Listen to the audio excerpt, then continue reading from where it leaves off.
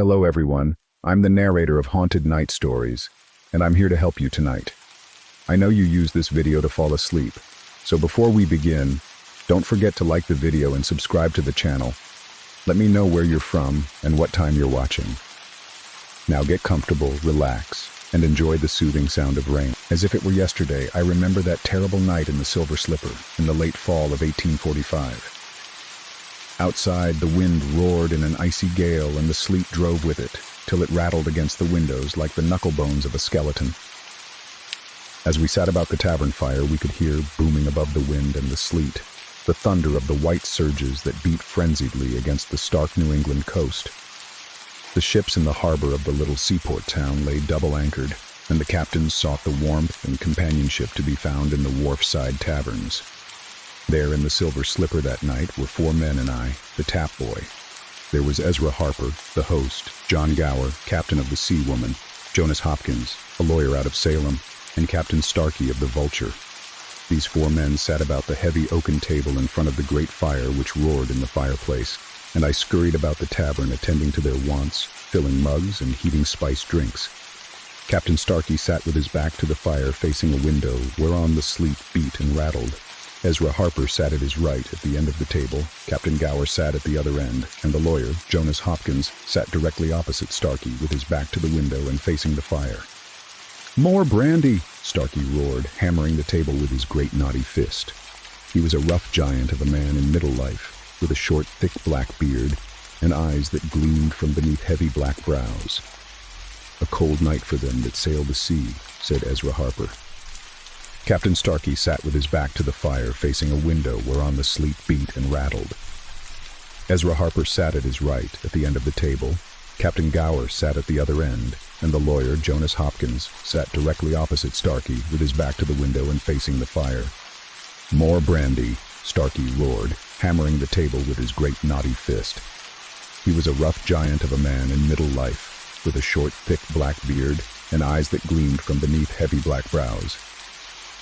"A cold night for them that sail the sea," said Ezra Harper. "A colder night for the men that sleep below the sea," said John Gower moodily. He was a tall, rangy man, dark and saturnine of countenance, a strange, wayward man of whom dark tales were told. Starkey laughed savagely. "If you're thinking of Tom Seiler, you'd best save your sympathy. Earth is the gainer for his going, and the sea is no better for it. A vile, murdering mutineer." He roared the last in a sudden fury, and smote the table resoundingly, glaring about as if to challenge any to dispute him. A mocking smile flitted across the sinister countenance of John Gower, and Jonas Hopkins leaned forward, his keen eyes boring into Starkey's. Like all of us, he knew the story of Tom Seiler, as told by Captain Starkey. How Seiler, first mate aboard the Vulture, had sought to incite the crew to mutiny and piracy, had been tricked by Starkey and hanged at sea. Those were hard days, and the captain's word was law at sea. "Strange," said Jonas Hopkins, with his thin, colorless face thrust at Captain Starkey. "Strange that Tom Seiler should turn out bad, and him such a law-abiding lad before this." Starkey merely grunted disdainfully and emptied his cup. He was already drunk. "When does your niece Betty marry Joseph Harmer, Captain?" asked Ezra Harper, seeking to change the subject into safer channels. Jonas Hopkins sank back in his seat and turned his attention to his rum. "Tomorrow," snarled Starkey. Gower laughed shortly. "Is it a wife or a daughter Joe Harmer wants that he's marrying a girl so much younger than he?" "John Gower, you'll oblige me by attending to your own cursed business," roared Starkey. "The hussy should be overjoyed to be marrying a man like Harmer, who is one of the wealthiest ship owners in New England." "But Betty doesn't think so, does she?" persisted John Gower, as if intent on stirring up trouble. "She's still sorrowing for Dick Hansen, isn't she?" Captain Starkey's hairy hands clenched into fists, and he glared at Gower as if this questioning of his private affairs was too much. Then he gulped down his rum and slammed the mug down on the board. "There's no accounting for the whims of a girl," he said moodily. "If she wants to waste her life lamenting a wastrel who ran away and got himself drowned, that's her business. But it's my affair to see she marries properly." "And how much is Joe Harmer paying you, Starkey?" asked John Gower bluntly. This passed the point of civility and discretion. Starkey's huge body heaved up out of his seat, and with a bellow he leaned across the table, eyes red with drink and fury, and his iron fist lifted. Gower did not move, but sat smiling up at him, slit-eyed and dangerous. "Sit down, Starkey," Ezra Harper interposed. "John, the devil's in you tonight. Why can't we all take our liquor together friendly-like?" This philosophical discourse was cut short abruptly. The heavy door was suddenly thrown open. A rush of wind made the candle dance and flicker wildly, and in the swirl of sleet that burst in, we saw a girl standing. I sprang forward and shut the door behind her. Betty. The girl was slim, almost frail. Her large dark eyes stared wildly, and her pretty pale face was streaked with tears. Her hair fell loose about her slender shoulders, and her garments were soaked and battered by the gale through which she had battled her way. "Betty," roared Captain Starkey, "I thought you were at home in bed. What are you doing here and on a night like this?" "Oh, Uncle," she cried, holding her arms out to him blindly, oblivious to the rest of us. "I came to tell you again. I can't marry Joseph Harmer tomorrow. I can't. It's Dick Hansen. He's calling to me through the wind and the night and the black waters. Alive or dead, I'm his till I die, and I can't. Get out!" roared Starkey, stamping and brandishing his arms like a maniac. "Out with you and back to your room. I'll attend to you later. Be silent. You'll marry Joe Harmer tomorrow, or I'll beat you to death." With a whimper, she sank to her knees before him, and with a bellow, he raised his huge fist as if to strike her. But with one cat-like movement, John Gower was out of his seat and had hurled the enraged captain back upon the table. "Keep your hands off me, you damn pirate," shouted Starkey furiously. Gower grinned bleakly. "That's yet to be proven," said he. "But lay a finger on this child and we'll see how quick a damned pirate can cut the heart out of an honest merchantman who's selling his own blood and kin to a miser." "Let be, John," Ezra Harper interposed. "Starkey, don't you see the girl's in a fair way to collapse? Here, honey." He bent and lifted her gently. "Come with old Ezra. There's a warm fire in an upper room, and my wife shall give you some dry clothes. It's a bitter night for a girl to be out in.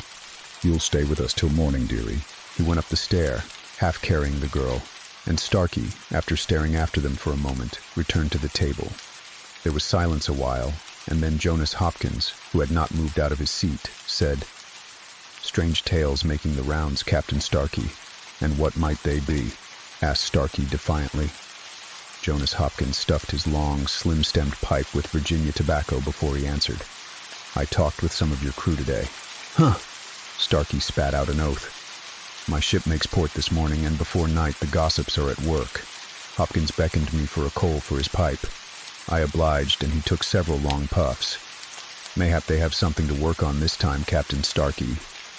"Speak up, man," said Starkey angrily. "What are you driving at?" "They say on board the Vulture that Tom Seiler was never guilty of mutiny. They say that you trumped up the charges and hanged him out of hand, in spite of the protests of the crew." Starkey laughed savagely, but hollowly. "And what basis for this wild tale?"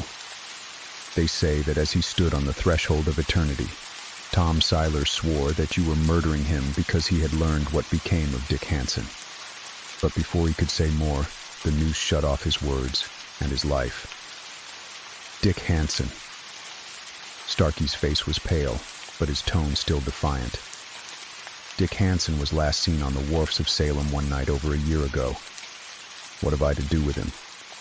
You wanted Betty to marry Joe Harmer, who was ready to buy her like a slave from you, answered Jonas Hopkins calmly. This much is known by all. John Gower nodded agreement. She was to marry Dick Hansen, though, and you had him shanghaied on board a British whaler bound on a 4-year cruise. Then you spread the report that he'd been drowned and tried to rush Betty into marrying Harmer against her will before Hansen could return. When you learned that Seiler knew and would tell Betty, you became desperate. I know that you are on the verge of bankruptcy. Your only chance was the money Harmer had promised you. You murdered Tom Seiler to still his mouth. Another silence fell. Outside in the black night, the wind rose to a shriek. Starkey twisted his great fingers together and sat silent and brooding. "And can you prove all this?" he sneered at last. "I can prove that you are nearly bankrupt, and that Harmer promised you money. I can prove that you had Hansen done away with." But you can't prove that Siler was not contemplating mutiny, shouted Starkey. And how can you prove Hansen was shanghaied? This morning I received a letter from my agent who had just arrived in Boston, said Hopkins. He had seen Hansen in an Asiatic seaport. The young man said that he intended deserting ship at the first opportunity and returning to America. He asked that Betty be acquainted with the fact that he was alive and still loved her. Starkey rested his elbows on the table and sank his chin on his fists, like a man who sees his castles falling about him and red ruin facing him. Then he shook his mighty shoulders and laughed savagely. He drained his cup and reeled to his feet, bellowing with sudden laughter. I've still a card or two in my hand, he shouted. Tom Siler's in hell with a noose around his neck, and Dick Hansen's across the world. The girl's my ward and a minor, and she'll marry whoever I say. You can't prove what you say about Siler. My word's law on the high seas, and you can't call me to account for anything I do aboard my own ship. As for Dick Hansen, my niece will be safely married to Joe Harmer long before that young fool gets back from his cruise. Go tell her if you like. Go tell her Dick Hansen still lives. That's what I intend to do, said Jonas Hopkins, rising, and should have done so before now, had I not wished to face you with the facts first. Great good it will do, yelled Starkey like a wild man.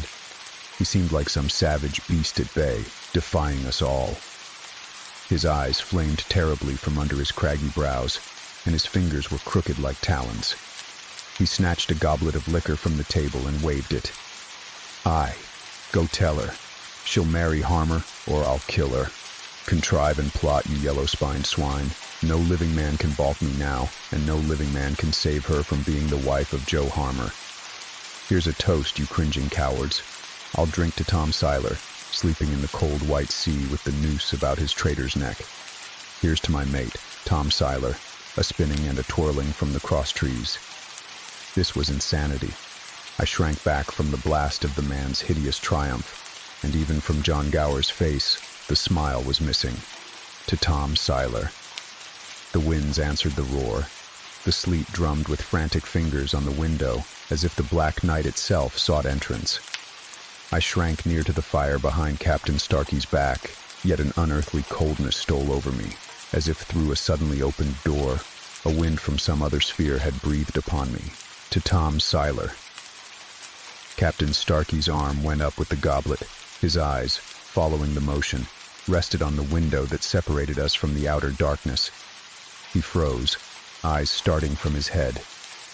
The goblet dropped unheeded from his hand, and with one deathly scream, he pitched forward across the table. Dead. What killed him?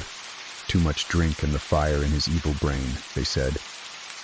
Yet, Jonas Hopkins had turned toward the stairs, and John Gower's eyes were fixed on Starkey's face.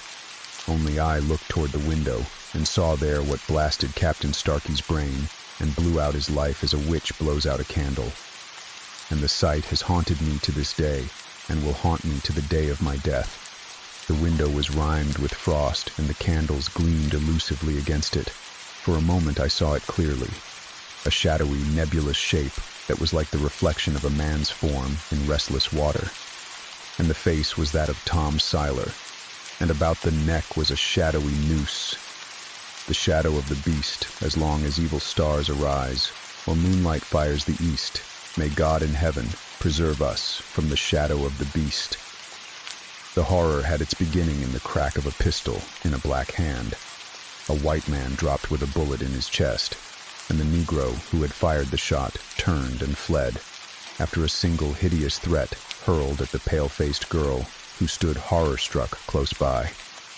Within an hour, grim-faced men were combing the pine woods with guns in their hands, and on through the night the grisly hunt went on, while the victim of the hunted lay fighting for his life. He's quiet now. They say he'll live, his sister said, as she came out of the room where the boy lay. Then she sank down into a chair and gave way to a burst of tears. I sat down beside her and soothed her much as one would a child. I loved her, and she had shown that she returned my affection. It was my love for her that had drawn me from my Texas ranch to the lumber camps in the shadow of the pine woods, where her brother looked after the interests of his company. "Give me the details of all this," I said. "I haven't been able to get a coherent account of it. You know I arrived after Harry had been shot." "There isn't much to tell," she answered listlessly. "This Negro's name is Joe Cagle, and he's bad in every sense of the word. Twice I've seen him peering in my window, and this morning he sprang out from behind a pile of lumber and caught me by the arm. I screamed, and Harry rushed up and struck him with a club. Then Cagle shot my brother, and snarling like a wild beast, promised to revenge himself on me also. Then he dashed away among the trees on the edge of the camp, looking like a great black ape with his broad back and stooping gait." "What threats did he make against you?" I asked, my hands involuntarily clenching. "He said he'd come back and get me some night when the woods were dark," she answered wearily. And with a fatalism that surprised and dismayed me, she added, "He will too. When a Negro like him sets his mind on a white girl, nothing but death can stop him." "Then death will stop him," I said harshly, rising. "Do you think I'm going to sit here and let that black beast menace you? I'm going to join the posse. Don't you leave this house tonight. By morning, Joe Cagle will be past harming any girl, white or black." As I went out of the house, I met one of the men who had been searching for the Negro. He had sprained his ankle on a hidden route in the darkness and had returned to the camp on a borrowed horse. "Nah, we ain't found no trace yet," he replied to my question. "We've done combed the country right around the camp, and the boys are spreading out towards the swamp. Don't look reasonable that he could have got so far away with the short start he had, and us right after him on horseback. But Joe Cagle's more of a varmint than he is a man. Looks like one of these gorillas. I imagine he's hiding in the swamp, and if he is, it may take weeks to rout him out. Like I said, we've done searched the woods close by, all except the deserted house, of course. Why not there? And where is this house?" "Down the old tote road, what ain't used no more, about 4 miles. Aw, they ain't a black in the country that'd go near that place, to save his life even. That Negro that killed the foreman a few years ago, they chased him down the old tote road, and when he seen he was going to have to go right past the deserted house, he turned back and give up to the mob. No, sir, Joe Cagle ain't nowheres near that house, you can bet." "Why has it such a bad name?" I asked curiously. "Ain't nobody lived in it for 20 years. Last man owned it leaped, fell, or was thrown out of a upstairs window one night and was killed by the fall. Later, a young traveling man stayed there all night on a bet, and they found him outside the house next morning, all smashed up like he'd fell a long ways. A backwoodsman who'd passed that way late in the night swore he'd heard a terrible scream, and then seen the traveling man come flying out of a second-story window. He didn't wait to see no more. What give the deserted house the bad name in the first place was..." But I was in no mood to listen to a long, drawn-out ghost story, or whatever the man was about to tell me. Almost every locality in the South has its haunted house, and the tales attached to each are numberless. I interrupted him to ask where I would be likely to find the part of the posse which had penetrated most deeply into the pine woods, and having gotten instructions, I mounted the horse he had ridden back and rode away, first getting his promise that he would keep watch over the girl, Joan, until I had returned. "Don't get lost," he shouted after me. "Them piney woods is risky business for a stranger. Watch for the light of the posse's torches through the trees." A brisk canter brought me to the verge of a road which led into the woods in the direction I wished to go, and there I halted.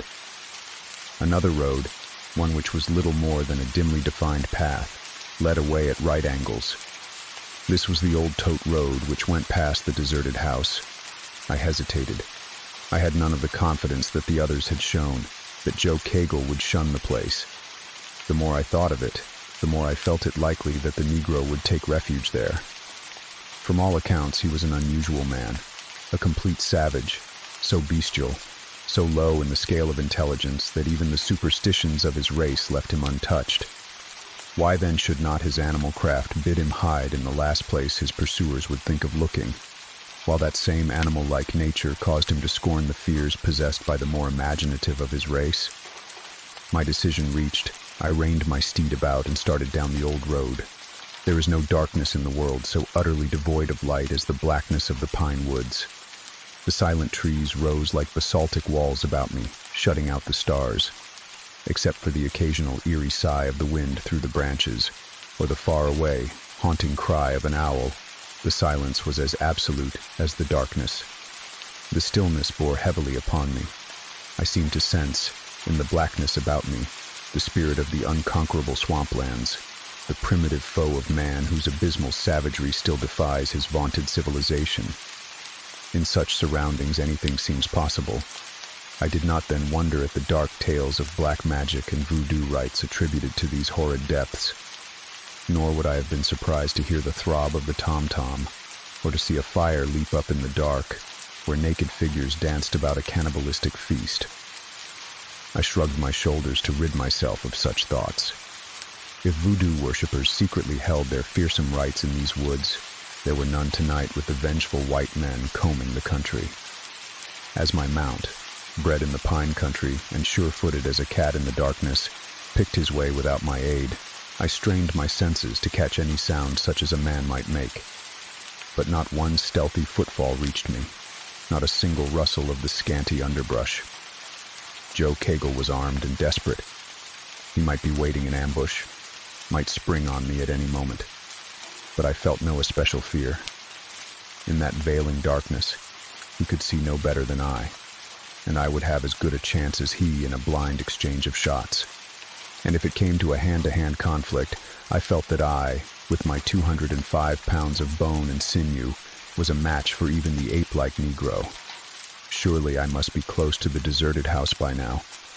I had no idea of knowing the exact time, but far away in the east, a faint glow began to be apparent through the masking blackness of the pines. The moon was rising, and on that instant, from somewhere in front of me, rattled a sudden volley of shots. Then silence fell again like a heavy fog. I had halted short, and now I hesitated. To me it had sounded as if all the reports had come from the same gun, and there had been no answering shots. What had happened out there in the grim darkness? Did those shots spell Joe Cagle's doom, or did they mean that the Negro had struck again? Or did the sounds have any connection with the man I was hunting? There was but one way to find out, and nudging my mount's ribs, I started on again at a swifter gait.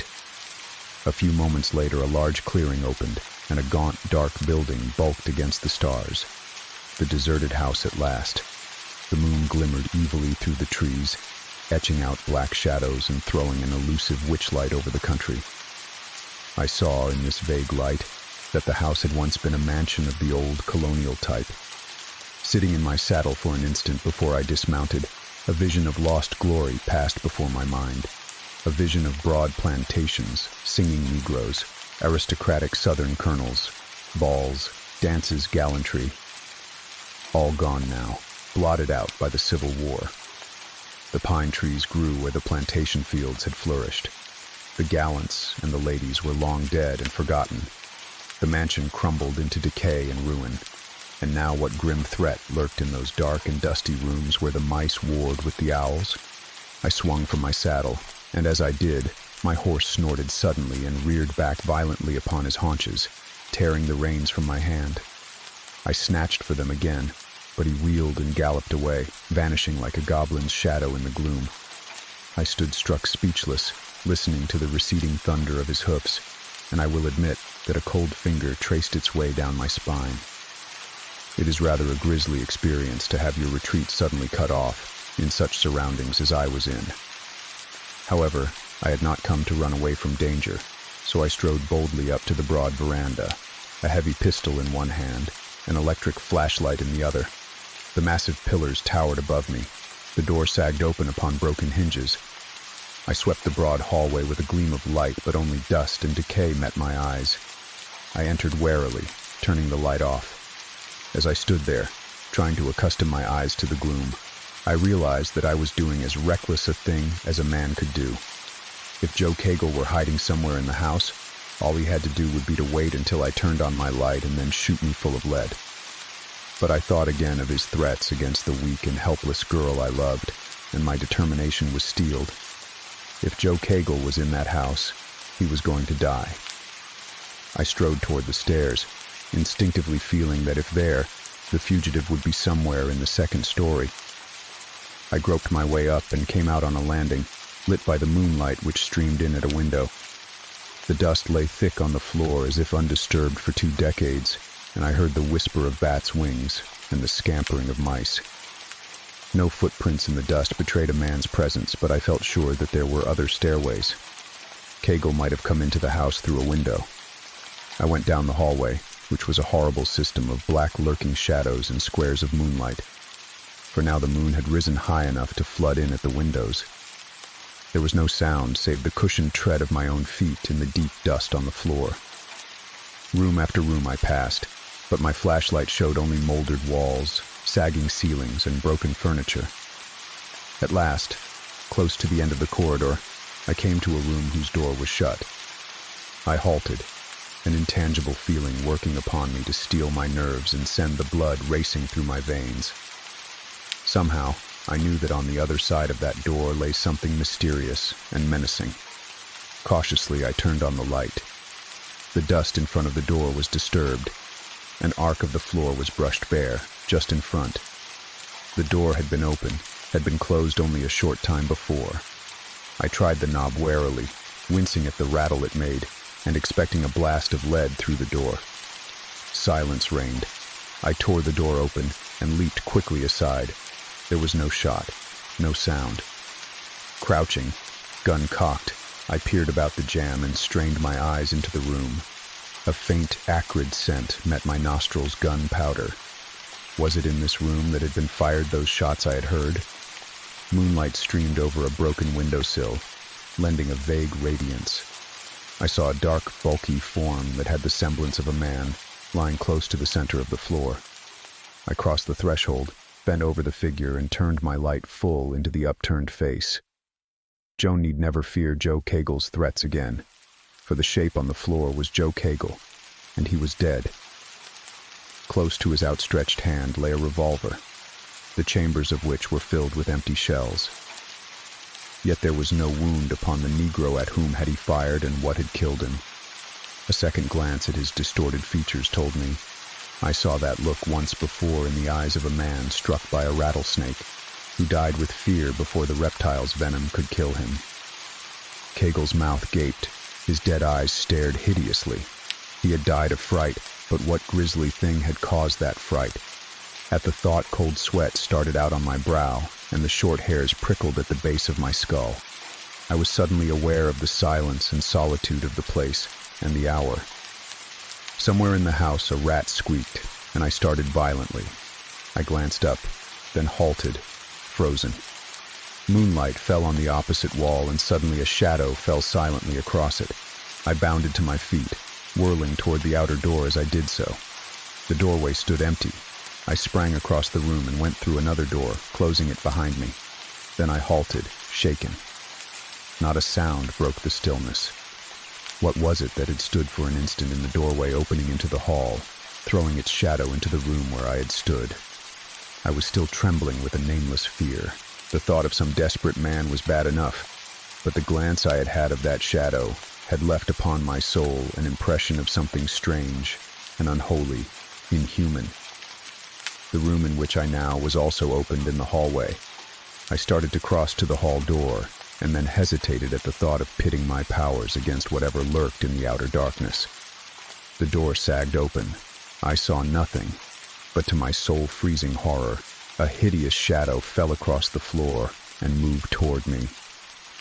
Etched blackly in the moonlight on the floor, it was as if some frightful shape stood in the doorway, throwing its lengthened and distorted shade across the boards to my feet. Yet I swear that the doorway was empty. I rushed across the room and entered the door that opened into the next room. Still, I was adjacent to the hallway. All these upstairs rooms seemed to open into the hall. I stood, shivering, my revolver gripped so tightly in my sweating hand that the barrel shook like a leaf. The pounding of my heart sounded thunderously in the silence. What in God's name was this horror which was hunting me through these dark rooms? What was it that threw a shadow when its own substance was unseen?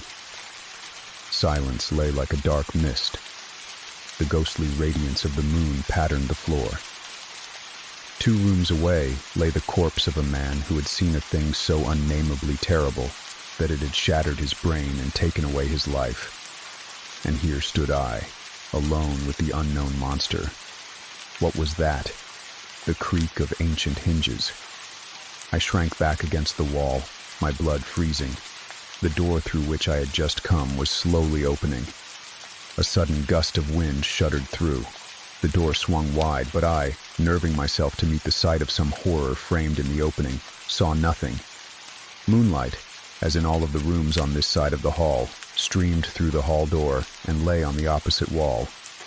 If any invisible thing was coming from that adjoining room, the moonlight was not at its back. Yet a distorted shadow fell across the wall which shone in the moonlight and moved forward. Now I saw it clearly, though the angle at which it was thrown deformed it. A broad, shambling figure, stooped, head thrust forward, long man-like arms dangling. The whole thing was hideously suggestive of the human, yet fearsomely unlike. This I read in the approaching shadow, yet saw no solid form that might throw this shadow. Then panic seized me, and I jerked the trigger again and again, filling the empty house with crashing reverberations and the acrid smell of powder, aiming first at the doorway in front of me, then in desperation, sending the last bullet straight into the gliding shadow, just so Joe Cagle must have done in the last terrible moment which preceded his death. The hammer fell hollowly on a discharged shell, and I hurled the empty gun wildly. Not an instant had halted the unseen thing. Now the shadow was close upon me. My back-flung hands encountered the door toe at the knob. It held. The door was locked. Now on the wall beside me, the shadow loomed up black and horrific. 2 great tree-like arms were raised. With a scream, I hurled my full weight against the door. It gave way with a splintering crash, and I fell through into the room beyond. The rest is nightmare. I scrambled up without a glance behind me and rushed into the hall. At the far end I saw, as through a fog, the stair landing, and toward it I rushed. The hall was long, it seemed endless. It seemed as though it stretched into eternity, and that I fled for hours down that grisly corridor. And a black shadow kept pace with me, flying along the moonlit wall, vanishing for an instant in black darkness, reappearing an instant later in a square of moonlight, let in by some outer window. Down the hall it kept by my side, falling upon the wall at my left, telling me that whatever thing threw that shadow was close at my back. It has long been said that a ghost will fling a shadow in the moonlight, even when it itself is invisible to the human sight. But no man ever lived whose ghost could throw such a silhouette. Such thoughts as these did not enter my mind tangibly as I fled. I was in the grip of unreasoning fear, but piercing through the fogs of my horror was the knowledge that I was faced by some supernatural thing, which was at once unearthly and bestial. Now I was almost at the stair, but now the shadow fell in front of me. The thing was at my very back, was reaching hideous, unseen arms to clutch me. One swift glance over my shoulder showed me something else. On the dust of the corridor, close upon the footprints I left, other footprints were forming. Huge, misshapen footprints that left the marks of talons. With a terrible scream, I swerved to the right, leaping for an open outer window as a drowning man seizes a rope without conscious thought. My shoulder struck the side of the window. I felt empty air under my feet, caught one whirling, chaotic glimpse of the moon, sky, and the dark pine trees, as the earth rushed up to meet me. Then black oblivion crashed about me. My first sensation of returning consciousness was of soft hands lifting my head and caressing my face. I lay still, my eyes closed, trying to orient myself. I could not remember where I was, or what had happened.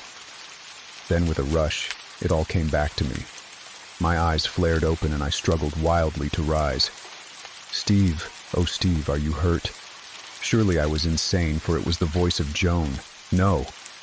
My head was cradled in her lap, her large dark eyes, bright with tears, gazed down into mine.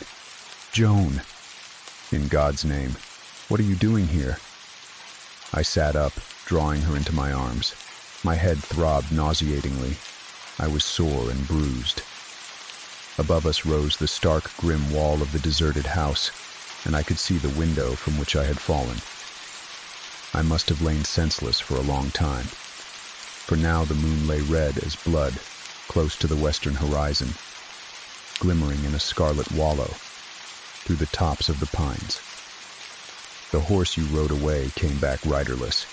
I couldn't stand to sit and wait, so I slipped out of the house and came here. They told me you'd gone to find the posse, but the horse came back the old tote road. There wasn't anyone to send, so I slipped away and came myself. Joan. The sight of her forlorn figure and the thought of her courage and love took hold of my heart, and I kissed her without speaking. Steve, her voice came low and frightened. What happened to you? When I rode up, you lay here unconscious, just like those other two men who fell from those windows. Only they were killed. And only pure chance saved me, despite my powerful frame and heavy bones, I answered. Once out of 100 times a fall like that fails to injure a man, Joan. What happened in that house 20 years ago to throw a curse upon it? She shivered. I don't know. The people who owned it before the war had to sell it afterwards. The tenants let it fall into disrepair, of course. A strange thing happened there just before the death of the last tenant. A huge gorilla escaped from a circus, which was passing through the country, and took refuge in the house. He fought so terribly when they tried to recapture him that they had to kill him. That was over 20 years ago. Shortly after that, the owner of the house fell from an upstairs window and was killed.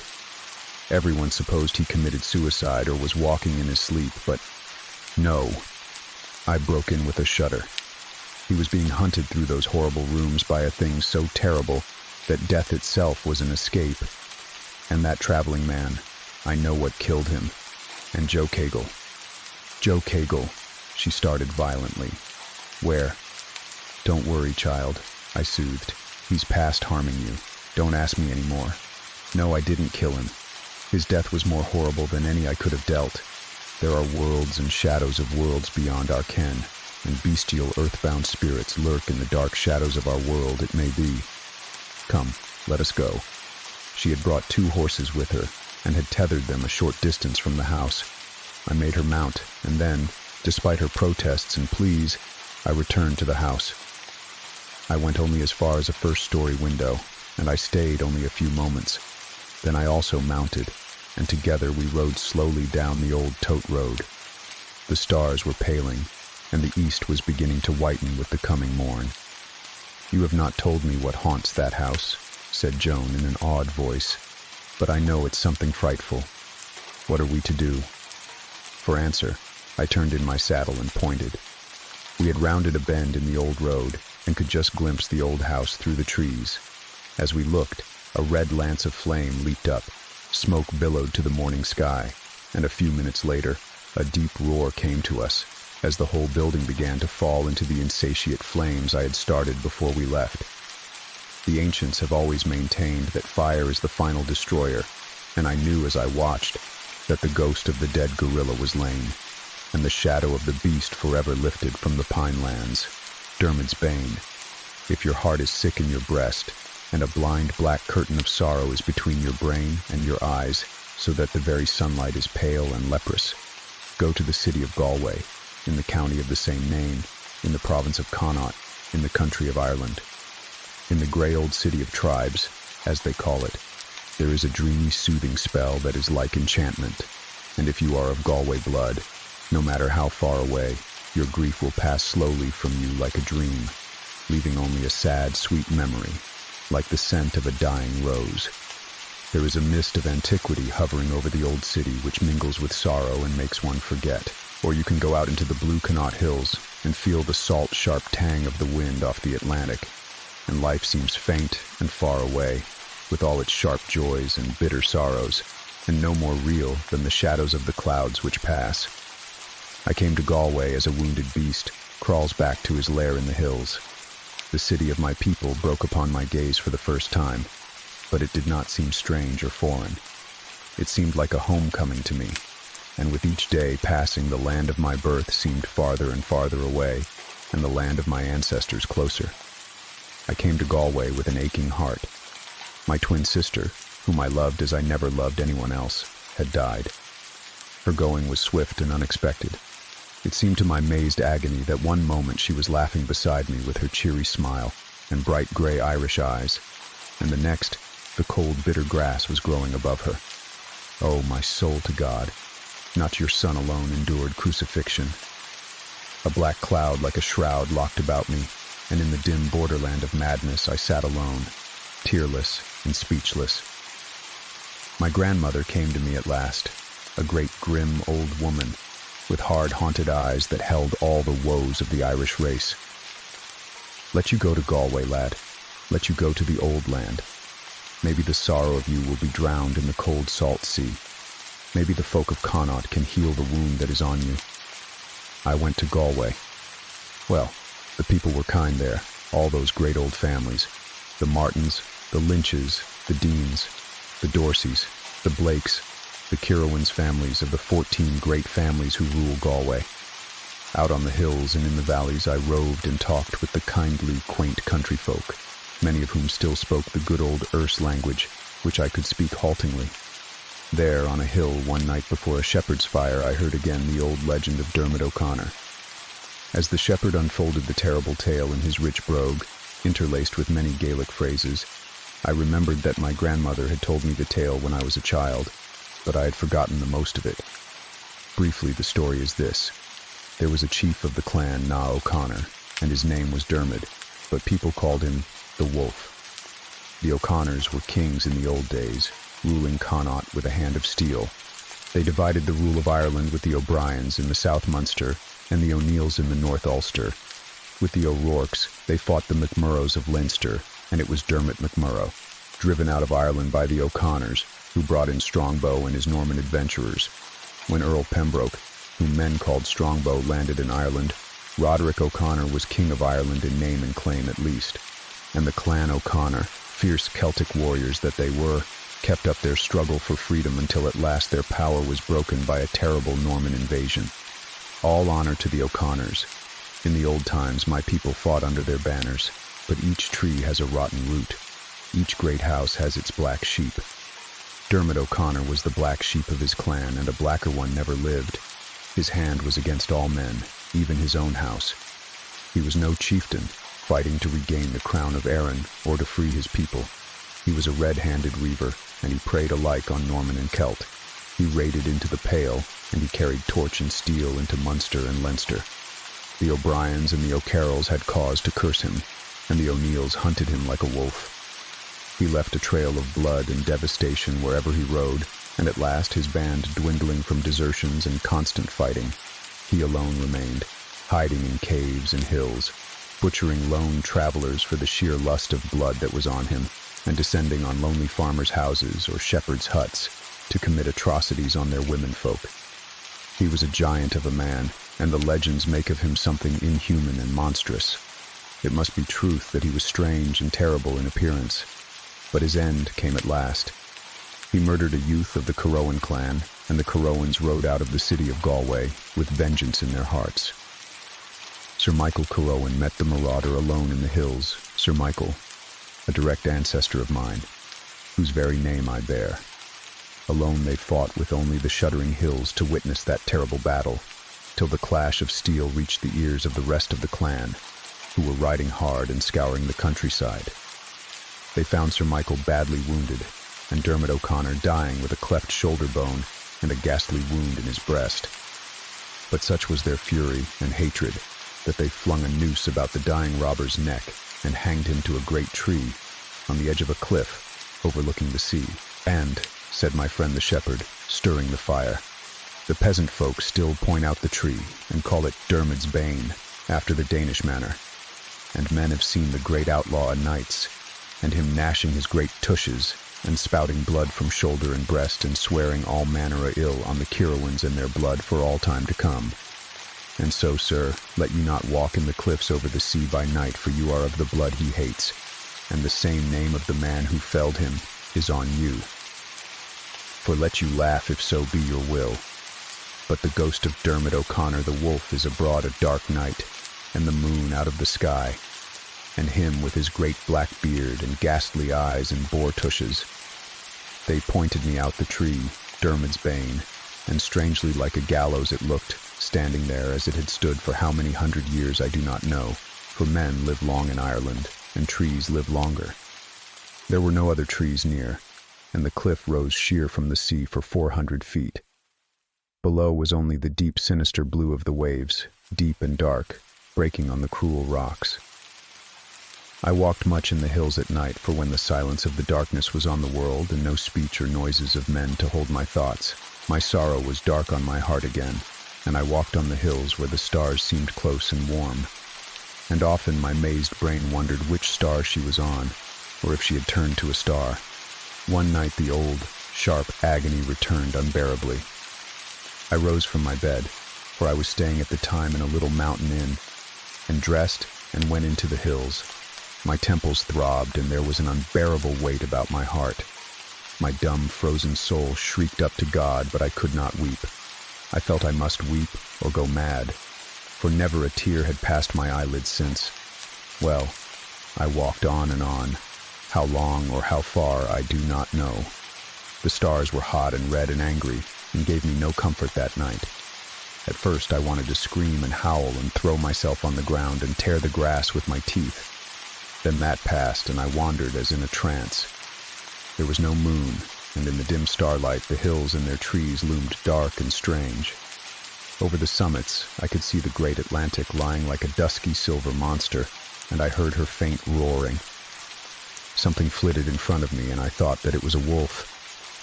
But there have been no wolves in Ireland for many and many a year. Again I saw the thing, a long, low, shadowy shape. I followed it mechanically. Now in front of me I saw a cliff overlooking the sea. On the cliff's edge was a single great tree that loomed up like a gibbet. I approached this. Then in front of me, as I neared the tree, a vague mist hovered. A strange fear spread over me as I watched stupidly. A form became evident, dim and silky, like a shred of moon mist, but with an undoubted human shape. A face, I cried out. A vague, sweet face floated before me, indistinct, mist-like. Yet I made out the shimmery mass of dark hair, the high, pure forehead, the red curving lips, the serious, soft gray eyes. Moira! I cried in agony and rushed forward, my aching arms spread wide, my heart bursting in my bosom. She floated away from me like a mist blown by a breeze. Now she seemed to waver in space. I felt myself staggering wildly on the very edge of the cliff, whither my blind rush had led me. As a man wakes from a dream, I saw in one flashing instant the cruel rocks 400 feet below. I heard the hungry lapping of the waves. As I felt myself falling forward, I saw the vision. But now it was changed hideously. Great tusk-like teeth gleamed ghoulishly through a matted black beard. Terrible eyes blazed under penthouse brows. Blood flowed from a wound in the shoulder and a ghastly gash in the broad breast. Dermot O'Connor! I screamed, my hair bristling. Avaunt, fiend out of hell! I swayed out for the fall I could not check, with death waiting 400 feet below. Then a soft, small hand closed on my wrist, and I was drawn irresistibly back. I fell, but back on the soft green grass at the lip of the cliff, not to the keen-edged rocks and waiting sea below. Oh, I knew. I could not be wrong. The small hand was gone from my wrist, the hideous face gone from the cliff edge, but that grasp on my wrist that drew me back from my doom. How could I fail to recognize it? 1,000 times had I felt the dear touch of that soft hand on my arm, or in my own hand. Oh, Moira, Moira, pulse of my heart, in life and in death you were ever at my side. And now for the first time I wept, and lying on my face with my face in my hands, I poured my racked heart out in scalding, blinding and soul-easing tears, until the sun came up over the blue Galway hills and limned the branches of Dermot's Bane with a strange new radiance. Now did I dream, or was I mad, or did in truth, the ghost of that long-dead outlaw lead me across the hills to the cliff under the death tree, and there assume the shape of my dead sister to lure me to my doom? And did in truth the real hand of that dead sister, brought suddenly to my side by my peril, hold me back from death. Believe or disbelieve as you will. To me it is a fact. I saw Dermot O'Connor that night, and he led me over the cliff, and the soft hand of Moira Kirwan dragged me back, and its touch loosened the frozen channels of my heart and brought me peace. For the wall that bars the living from the dead is but a thin veil, I know now. And so sure as a dead woman's love conquered a dead man's hate, so sure shall I, some day in the world beyond, hold my sister in my arms again. The hills of the dead, the twigs which Nalonga flung on the fire broke and crackled. The upleaping flames lighted the countenances of the two men. Nalonga, voodoo man of the slave coast, was very old. His wizened and gnarled frame was stooped and brittle, his face creased by hundreds of wrinkles. The red firelight glinted on the human finger bones which composed his necklace. The other was a white man, and his name was Solomon Kane. He was tall and broad-shouldered, clad in black close garments, the garb of the Puritan. His featherless slouch hat was drawn low over his heavy brows, shadowing his darkly pallid face. His cold, deep eyes brooded in the firelight. "You come again, brother," droned the fetish man, speaking in the jargon which passed for a common language of black man and white on the west coast. "Many moons burn and die since we make blood palaver. You go to the setting sun, but you come back. Aye." Kane's voice was deep and almost ghostly. "Yours is a grim land in Longa, a red land barred with the black darkness of horror and the bloody shadows of death. Yet I have returned." Longa stirred the fire, saying nothing, and after a pause, Kane continued. "Yonder in the unknown vastness, his long finger stabbed at the black, silent jungle which brooded beyond the firelight. Yonder lie mystery and adventure, and nameless terror. Once I dared the jungle, once she nearly claimed my bones. Something entered into my blood, something stole into my soul, like a whisper of unnamed sin. The jungle. Dark and brooding over leagues of the blue salt sea she has drawn me, and with the dawn I go to seek the heart of her. Mayhap I shall find curious adventure, mayhap my doom awaits me. But better death than the ceaseless and everlasting urge, the fire that has burned my veins with bitter longing. She call, muttered Nlonga. At night she coil like serpent about my hut and whisper strange things to me. Aya, the jungle call. We be blood brothers, you and I. Me, Nlonga, mighty worker of nameless magic. You go to the jungle as all men go who hear her call. Maybe you live, more like you die. You believe in my fetish work? I understand it not, said Kane grimly. But I have seen you send your soul forth from your body to animate a lifeless corpse. I, Nlonga, priest of the black god. Now watch, I make magic.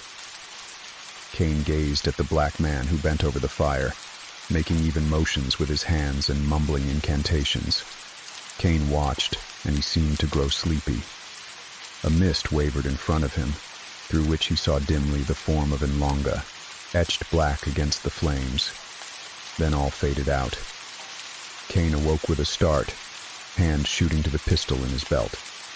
Nlonga grinned at him across the flame, and there was a scent of early dawn in the air. The fetish man held a long stave of curious black wood in his hands. This stave was carved in a strange manner, and one end tapered to a sharp point. This voodoo staff, said Nlonga, putting it in the Englishman's hand. Where your guns and long knife fail, this save you. When you want me, lay this on your breast, fold your hands on it and sleep. I come to you in your dreams. Kane weighed the thing in his hand, highly suspicious of witchcraft. It was not heavy, but seemed hard as iron. A good weapon at least, he decided. Dawn was just beginning to steal over the jungle and the river. Solomon Kane shifted his musket from his shoulder and let the stock fall to the earth. Silence lay about him like a fog. Kane's lined face and tattered garments showed the effect of long bush travel. He looked about him. Some distance behind him loomed the green, rank jungle, thinning out to low shrubs, stunted trees, and tall grass. Some distance in front of him rose the first of a chain of bare, somber hills, littered with boulders, shimmering in the merciless heat of the sun. Between the hills and the jungle lay a broad expanse of rough, uneven grasslands, dotted here and there by clumps of thorn trees. An utter silence hung over the country. The only sign of life was a few vultures flapping heavily across the distant hills. For the last few days, Kane had noticed the increasing number of these unsavory birds. The sun was rocking westward, but its heat was in no way abated. Trailing his musket, he started forward slowly. He had no objective in view. This was all unknown country, and one direction was as good as another. Many weeks ago, he had plunged into the jungle with the assurance born of courage and ignorance. Having by some miracle survived the first few weeks, he was becoming hard and toughened, able to hold his own with any of the grim denizens of the fastness he dared. As he progressed, he noted an occasional lion spoor, but there seemed to be no animals in the grasslands, none that left tracks at any rate. Vultures sat like black, brooding images in some of the stunted trees, and suddenly he saw an activity among them some distance beyond. Several of the dusky birds circled about a clump of high grass, dipping, then rising again. Some beast of prey was defending his kill against them, Kane decided, and wondered at the lack of snarling and roaring which usually accompanied such scenes. His curiosity was roused, and he turned his steps in that direction. At last, pushing through the grass which rose about his shoulders, he saw, as through a corridor walled with the rank waving blades, a ghastly sight. The corpse of a black man lay, face down, and as the Englishman looked, a great dark snake rose and slid away into the grass, moving so quickly that Kane was unable to decide its nature. But it had a weird human-like suggestion about it. Kane stood over the body, noting that while the limbs lay awry as if broken, the flesh was not torn as a lion or leopard would have torn it. He glanced up at the whirling vultures and was amazed to see several of them skimming along close to the earth, following a waving of the grass which marked the flight of the thing which had presumably slain the black man. Kane wondered what thing the carrion birds, which eat only the dead, were hunting through the grasslands. But Africa is full of never-explained mysteries. Kane shrugged his shoulders and lifted his musket again. Adventures he had had in plenty since he parted from Inlonga some moons agone. But still, that nameless paranoid urge had driven him on, deeper and deeper into those trackless ways. Kane could not have analyzed this call. He would have attributed it to Satan, who lures men to their destruction. But it was but the restless, turbulent spirit of the adventurer, the wanderer, the same urge which sends the gypsy caravans about the world, which drove the Viking galleys over unknown seas, and which guides the flights of the wild geese. Kane sighed. Here, in this barren land, seemed neither food nor water, but he had wearied unto death of the dank, rank venom of the thick jungle. Even a wilderness of bare hills was preferable, for a time at least. He glanced at them, where they lay brooding in the sun, and started forward again. He held Inlonga's fetish stave in his left hand, and though his conscience still troubled him for keeping a thing so apparently diabolic in nature, he had never been able to bring himself to throw it away. Now as he went toward the hills, a sudden commotion broke out in the tall grass in front of him, which was, in places, taller than a man. A thin, high-pitched scream sounded, and on its heels an earth-shaking roar. The grass parted, and a slim figure came flying toward him like a wisp of straw blown on the wind, a brown-skinned girl, clad only in a skirt-like garment. Behind her, some yards away but gaining swiftly, came a huge lion. The girl fell at Kane's feet with a wail and a sob, and lay clutching at his ankles. The Englishman dropped the voodoo stave, raised his musket to his shoulder, and sighted coolly at the ferocious feline face which neared him every instant. Crash! The girl screamed once and slumped on her face. The huge cat leaped high and wildly, to fall and lie motionless. Kane reloaded hastily, before he spared a glance at the form at his feet. The girl lay as still as the lion he had just slain, but a quick examination showed that she had only fainted.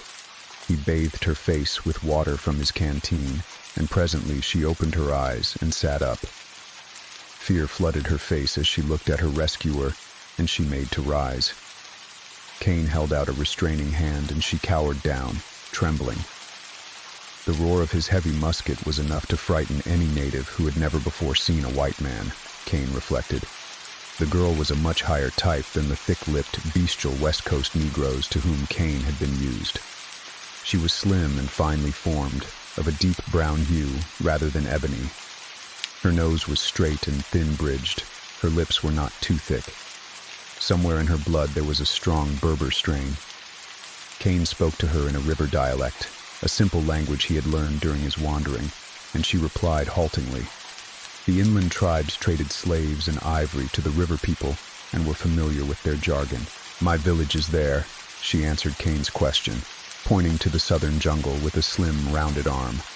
"My name is Zuna. My mother whipped me for breaking a cooking kettle, and I ran away because I was angry. I am afraid. Let me go back to my mother." "You may go," said Cain, "but I will take you, child. Suppose another lion came along. You were very foolish to run away." She whimpered a little. "Are you not a god?" "No, Zuna. I am only a man, though the color of my skin is not as yours. Lead me now to your village." She rose hesitantly, eyeing him apprehensively through the wild tangle of her hair. To Cain she seemed like some frightened young animal. She led the way, and Cain followed. She indicated that her village lay to the southeast, and their route brought them nearer to the hills. The sun began to sink, and the roaring of lions reverberated over the grasslands. Cain glanced at the western sky. This open country was no place in which to be caught by night. He glanced toward the hills and saw that they were within a few hundred yards of the nearest. He saw what seemed to be a cave. "Zuna," said he haltingly, "we can never reach your village before nightfall, and if we bide here the lions will take us. Yonder is a cavern where we may spend the night." She shrank and trembled. "Not in the hills, master," she whimpered. "Better the lions. Nonsense." His tone was impatient. He had had enough of native superstition. "We will spend the night in yonder cave." She argued no further, but followed him.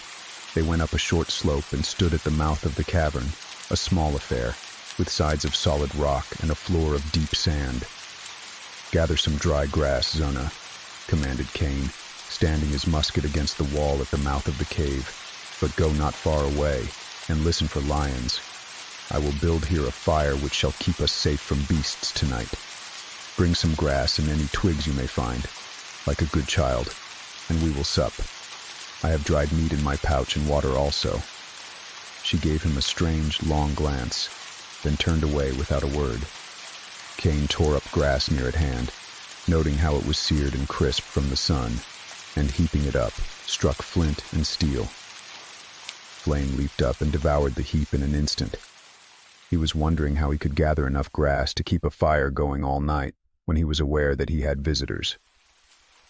Cain was used to grotesque sights, but at first glance, he started and a slight coldness traveled down his spine. Two black men stood before him in silence. They were tall and gaunt and entirely naked. Their skins were a dusty black, tinged with a gray, ashy hue, as of death. Their faces were different from any Negroes he had seen. The brows were high and narrow, the noses huge and snout-like. The eyes were inhumanly large and inhumanly red. As the two stood there, it seemed to Cain that only their burning eyes lived.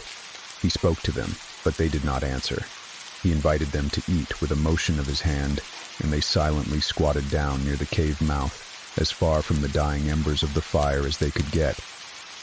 Cain turned to his pouch and began taking out the strips of dried meat which he carried.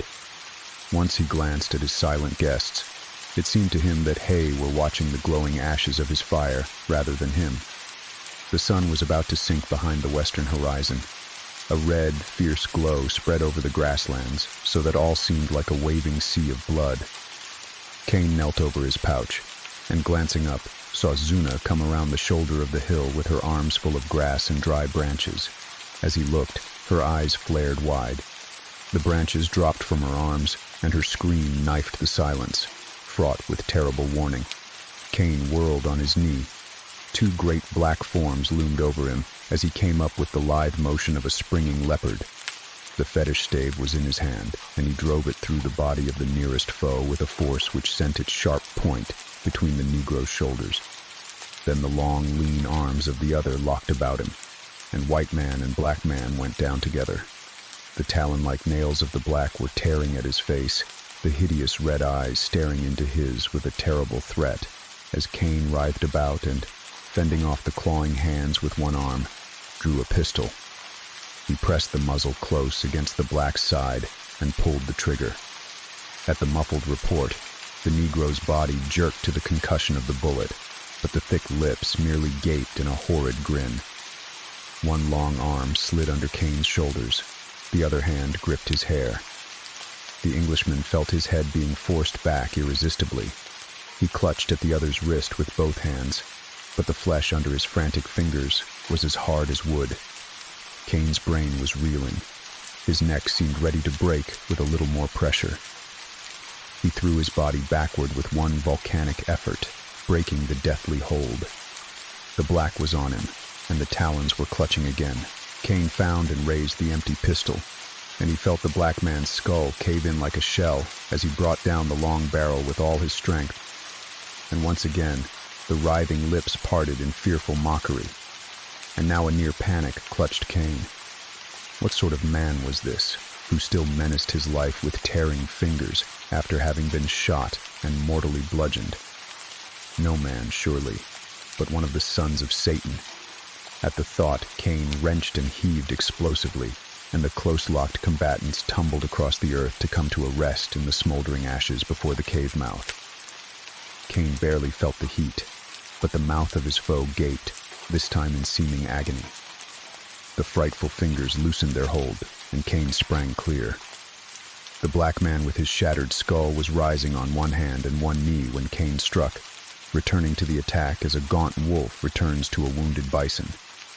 From the side he leaped, landing full on the black giant's back, his steely arms seeking and finding a deadly wrestling hold.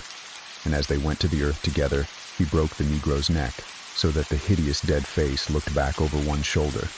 The black man lay still, but to Cain it seemed that he was not dead even then, for the red eyes still burned with their grisly light. The Englishman turned to see the girl crouching against the cave wall. He looked for his stave. It lay in a heap of dust, among which were a few moldering bones. He stared, his brain reeling. Then with one stride he caught up the voodoo staff and turned to the fallen Negro. His face set in grim lines as he raised it. Then he drove it through the black breast. And before his eyes the giant body crumbled, dissolving to dust as he watched horror-struck, even as had crumbled he through whom Cain had first thrust the stave.